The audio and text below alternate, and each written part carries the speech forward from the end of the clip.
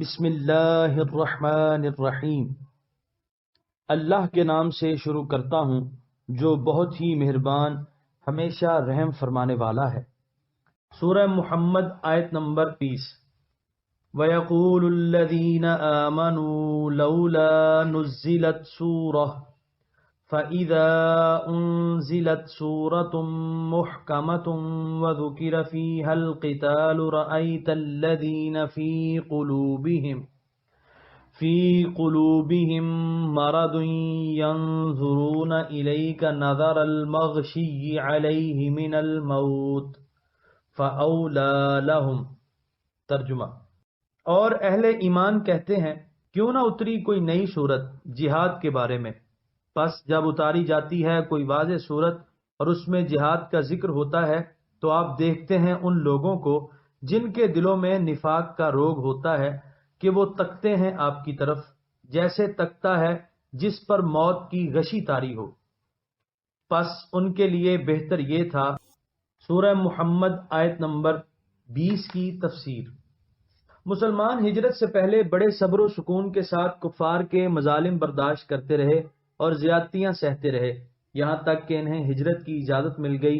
ان کا خیال تھا کہ مکہ سے 250 میل دور مدینہ طیبہ میں آرام کا سانس لینا نصیب ہوگا، لیکن کفار مکہ کی دست درازیوں نے نیند حرام کر دی۔ کوئی مسلمان قابو آتا تو اسے قتل کر دیتے، مدینے کے نواح میں جو چراگاہیں تھیں ان پر دھاوا بول دیتے اور جو مویشی ہتھے چڑھتے لے کر بھاگ جاتے۔ مسلمان اس صورتحال سے تنگ آ گئے تھے، وہ بڑی بے چینی سے اذن جہاد کے منتظر تھے۔ منافقین بھی بڑی ڈینگی مار رہے تھے کہ اگر جہاد کا اذن مل گیا تو ہم کافروں کو عبرت انگیز سزا دیں گے اور میدان جہاد میں اپنی شجاعت کے ایسے کارنامے دکھائیں گے کہ دنیا اش اش کر اٹھے گی۔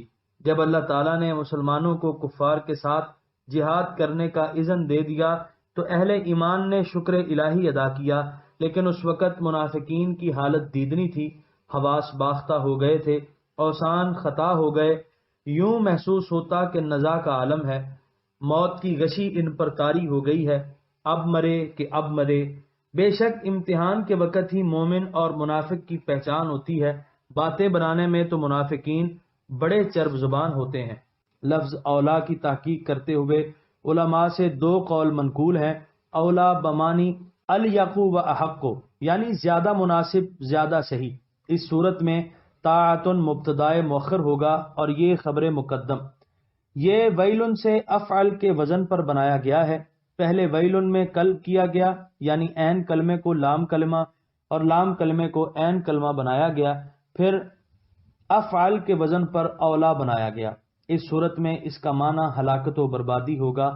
اسمعی نے اولا لہم کا یہ معنی لکھا ہے، یعنی اس کو ہلاک کرنے والی چیز قریب ہو گئی۔ سالب کہتے ہیں یعنی اولا کی تحقیق میں اسمعی کا قول نہایت پسندیدہ ہے۔ سورہ محمد آیت نمبر 21۔ طاعۃ وقول معروف فَإِذَا عَزَمَ الْأَمْرُ فَلَوْ صَدَقُوا اللَّهَ لَكَانَ خَيْرًا لَهُمْ۔ ترجمہ: بس ان کے لیے بہتر یہ تھا کہ اطاعت کرتے اور اچھی بات کہتے، پھر جب حکم ناطق ہو چکا تو اگر وہ سچے رہتے اللہ تعالی سے تو یہ ان کے لیے بہتر ہوتا۔ سورہ محمد آیت نمبر 21 کی تفسیر۔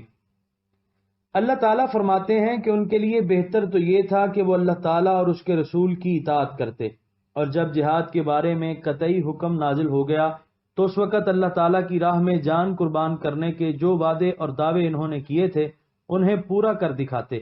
اگر وہ ایسا کرتے تو ان کے دونوں جہان سنور جاتے، لیکن ان کے دل ایمان کے نور سے محروم ہیں۔ ان سے یہ کیسے توقع کی جا سکتی ہے کہ وہ اہل ایمان کی طرح اسلام کو سربلند کرنے کے لیے جان کی بازی لگا دیں گے۔ سورہ محمد آیت نمبر 22۔ فَهَلْ عَسَيْتُمْ إِن تَوَلَّيْتُمْ أَن تُفْسِدُوا فِي الْأَرْضِ وَتُقَطِّعُوا أَرْحَامَكُمْ۔ ترجمہ: پھر تم سے یہی توقع ہے کہ اگر تم کو حکومت مل جائے تو تم فساد برپا کرو گے زمین میں اور قطع کر دو گے اپنی قرابتوں کو۔ سورہ محمد آیت نمبر 22 کی تفسیر۔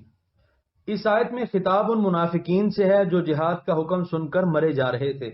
آیت میں تولیتم کے دو معنی ہو سکتے ہیں۔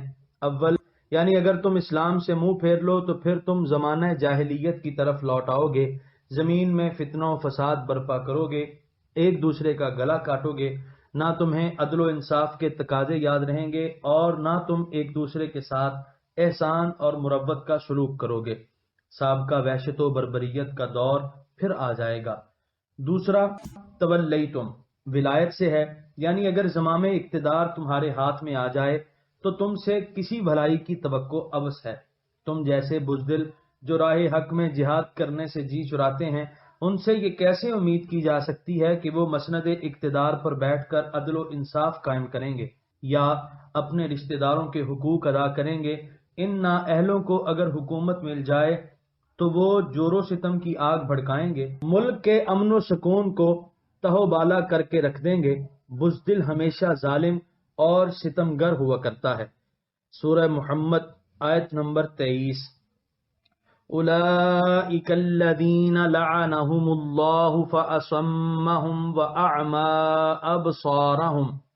ترجمہ: یہی وہ لوگ ہیں جن پر اللہ نے لعنت کی، پھر حق سننے سے انہیں بہرا کر دیا اور ان کی آنکھوں کو اندھا کر دیا۔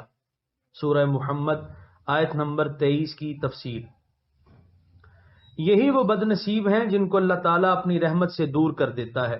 ان کی بزدلی اور ان کے ظلم و عدوان کے باعث ان کے کان بہرے ہو جاتے ہیں، وہ حق کی صدائے دل نواز سن ہی نہیں سکتے، ان کی آنکھیں اندھی ہو جاتی ہیں، نور ہدایت انہیں نظر ہی نہیں آتا۔ سورہ محمد آیت نمبر 24۔ افلا يتدبرون القرآن ام على قلوب اقفالها۔ ترجمہ: کیا یہ لوگ غور نہیں کرتے قرآن میں یا ان کے دلوں پر قفل لگا دیے گئے ہیں؟ سورہ محمد آیت نمبر 25۔ ان الذين ارتدوا على ادبارهم من بعد ما تبين لهم الهدى الشيطان سول لهم واملى لهم۔ ترجمہ: بے شک جو لوگ پیٹھ پھیر کر پیچھے ہٹ گئے باوجود یہ کہ ان پر ہدایت کی راہ ظاہر ہو چکی تھی، شیطان نے انہیں فریب دیا اور انہیں لمبی زندگی کی آس دلائی۔ سورہ محمد آیت نمبر 25 کی تفسیر۔ حق جب نکھر کر سامنے آ جاتا ہے تو اس کی کشش خود بخود دلوں کو اپنی طرف جذب کرنے لگتی ہے۔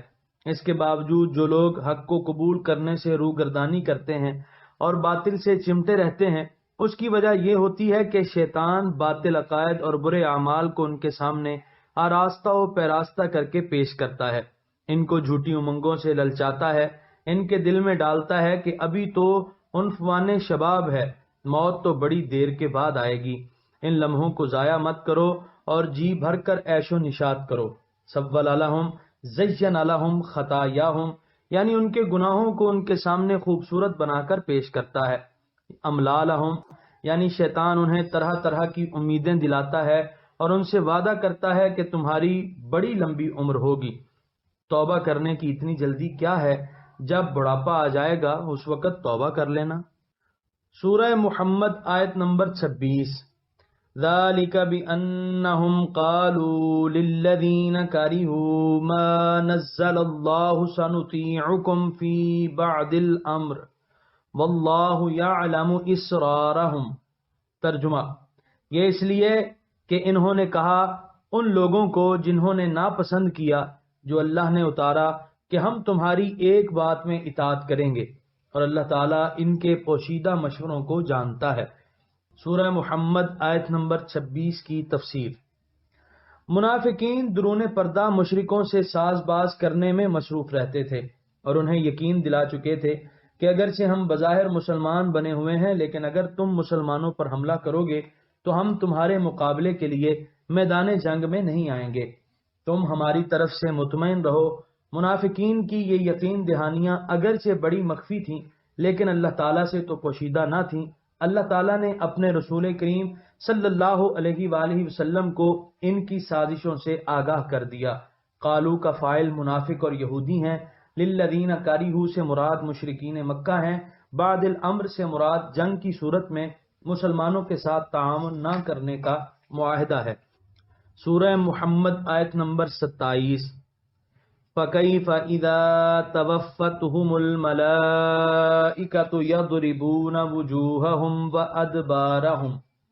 ترجمہ، پس ان کا کیا حال ہوگا جب فرشتے ان کی روحوں کو قبض کریں گے اور چوٹیں لگائیں گے ان کے چہروں اور پشتوں پر۔ سورہ محمد آیت نمبر 28۔